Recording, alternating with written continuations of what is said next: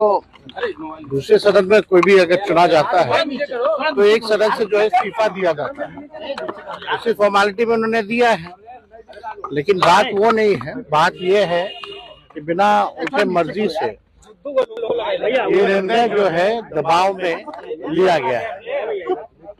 जाहिर सी बात है कि बिहार में भाजपा के लोगों ने नीतीश जी को तो ठगा ही, साथ ही साथ बिहार की जनता को भी ठगने का काम किया।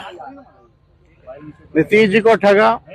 हम लोग शुरू दिन से कहते थे कि उनको मुख्यमंत्री जो है पद पर अगर भाजपा एनडीए की सरकार आती है तो रहने नहीं दिया जाएगा। आज वही बात जो है साबित हुआ है।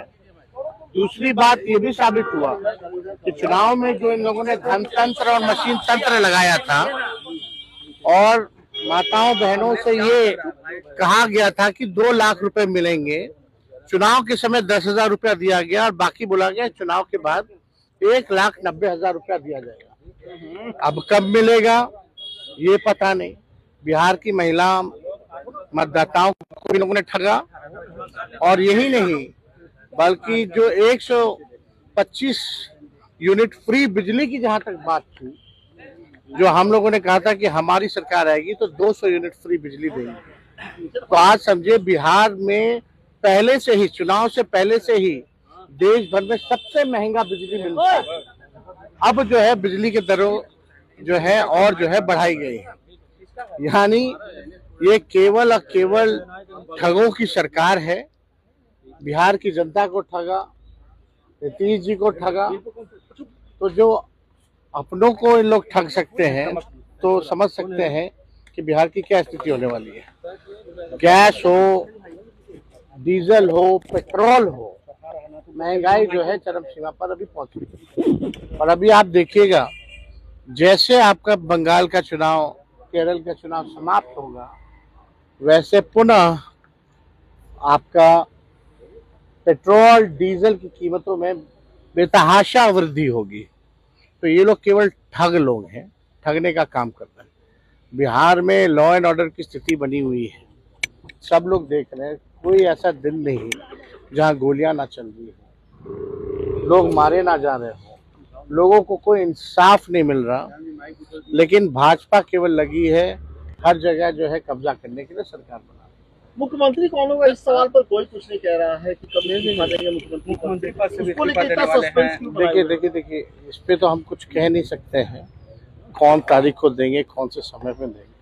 लेकिन एक बात तो तय हो गया कि नीतीश कुमार जी को बीजेपी ने है, और ये भी बात तय हो गया, स्पष्ट हो गया कि नीतीश कुमार जी अब बिहार के मुख्यमंत्री नहीं रहेंगे। विधायक और मंत्री ये साफ। अब देखिए अब कौन लोग रो रहे हैं, नहीं रो रहे हैं। आजकल लोग जो है केवल कैमरा देख करके लोग ड्रामा करते हैं। ऐसे लोगों को एक्टिंग मुबारक हो। अब कुछ लोगों को बचा नहीं, सब कुछ तो कर ही लिया है। आजकल लोग तो पढ़ाने का भी काम कर रहे हैं, अब कलाकारी का भी काम कर रहे हैं। तो ऐसे लोगों पे हम क्या टिप्पा टिप्पणी करेंगे। लेकिन बिहार के जो उज्ज्वलंत मुद्दे हैं उसका निष्पादन नहीं किया जा रहा। ओला वृद्धि, जो ओला जो गिरा था, जिससे किसान के खेत फसल को जो है नुकसान हुआ था, क्या हो रहा है उसको कोई फायदा दिया गया कि नहीं दिया गया। कोई किसान, मजदूर, गरीब, बेरोजगार, शिक्षा, चिकित्सा के बारे में, कोई पढ़ाई दवाई के बारे में बात ही नहीं करना। कौन आएगा, कौन जाएगा, कौन आएगा। 2012 के बाद से कोई स्टेबल गवर्नमेंट बिहार में नहीं है। जब तक स्टेबिलिटी नहीं रहेगी, स्थिरता नहीं रहेगी सरकारों में, तब तक कहाँ से काम हो पाएगा बिहार का, कहाँ से डेवलपमेंट और विकास हो पाएगा। तो ये सवाल खड़ा होता है। तेजस्वी जी दिल्ली जा रहे हैं, दिल्ली के बाद केरल जाएंगे, वहाँ अपनी पार्टी चुनाव लड़ रही है। हम लोगों का एलडीएफ से वहाँ अलायंस हुआ है, 3 सीटों पे हम लोग लड़ रहे हैं। इससे पूर्व में भी हमारे विधायक वहाँ हैं केरला लेजिस्लेटिव असेंबली में, और 3 दिन का हमारा प्रचार का कार्यक्रम है वहाँ। उसके बाद झारखंड में 5 तारीख को हमारा कार्यक्रम है। तो पार्टी के संगठन को और मजबूत करना, विस्तार करना। और हम लोग चाहेंगे कि भाई, क्योंकि केरला आप जान रहे हैं सबसे ज़्यादा लिटरेसी रेट है, सबसे ज़्यादा आपका जो है डेवलपमेंट जो है वही है।